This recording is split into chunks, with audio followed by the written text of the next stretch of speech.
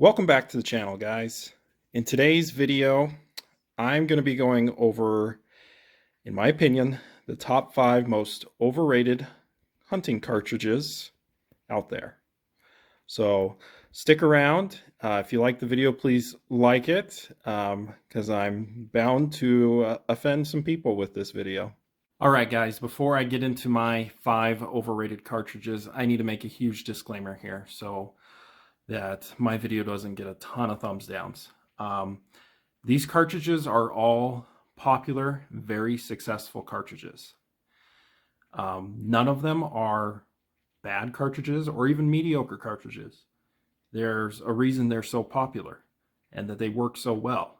But because they are so popular, you kind of hear some, campfire stories of things that they do that are a bit exaggerated. So let's go ahead and get into this, but just be aware, I don't hate any of these cartridges, and I think they're all really good cartridges, but again, I'll go into why I think they're a little overrated. All right out the bat, yeah. At number 5, the 7mm Remington Magnum. Guys, again, this is a really good cartridge. But let me explain a little bit why I think it's a little bit overrated. And again, this one is a little hard to put on the list because it's such a good cartridge.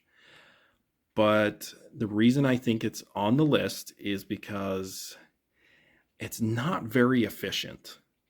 Honestly, you should be getting more power out of it with how big this case is. So, the length is 2.5 inches, about the same length as a little bit more actually than a 30-06, but it's a bit wider. And you know what? The 30-06 almost matches the performance of this 7mm Rem Mag. So the main reason why this one's on the list is because it's just not as efficient as I think it should be. But yeah, don't hate me for putting this one on here. It was really hard to do. At number 4 is a cartridge I actually own and I really like. So again, guys, I like all of these. This is the 270 Winchester. Yeah, I'm just, I guess, trying to offend all of the hunting world. Anyway, the 270 Winchester is a classic. It's a great deer hunting cartridge. It's taken plenty of elk, so it does have that power. But the reason I think it's a little bit overrated is, the bullet selection is not as good as a lot of its counterparts, such as the 7mm Rem Mag or any of the 30 calibers. Your bullet selection is pretty low, honestly. It's basically from 100 grain bullets, and the biggest you'll see is 160. So it's kind of a poor selection in bullet sizes. I think it's a decently efficient cartridge. I mean, the 30-06 is a little bit more efficient than this one. But yeah, the reason it's on here is its bullet selection is not as good as it could be. At number 3, this cartridge is the least popular in my list, but it's definitely popular enough. I think it has a strong following, and the reason the 280 Ackley Improved is on the list is that I think people say how much better it is over, its parent case, the 280 Remington, when you're getting 50, maybe 100 feet per second advantage over the 280 Remington. And so, the main reason this one's on here is that I think people over talk how much better it is over, it's the 280 Remington. Let's go ahead and look at the numbers. So let's say 150 to 154 grain bullet is going 3,000 feet per second, which is pretty darn good in performance, honestly. It's almost as good as the 7mm Rem Mag. But again, that 280 Remington is just a little bit behind it. All right, guys, coming in at number 2. This is another cartridge I actually shoot on a regular basis. It's a good one, but it also comes with a lot of stories about it. This, of course, is the 308 Winchester. And I think with it being in the military, I think that's kind of how it gets a little overhyped. I've had some friends that served in the military that love talking about cartridges, and you know, they just absolutely love the 308 Winchester.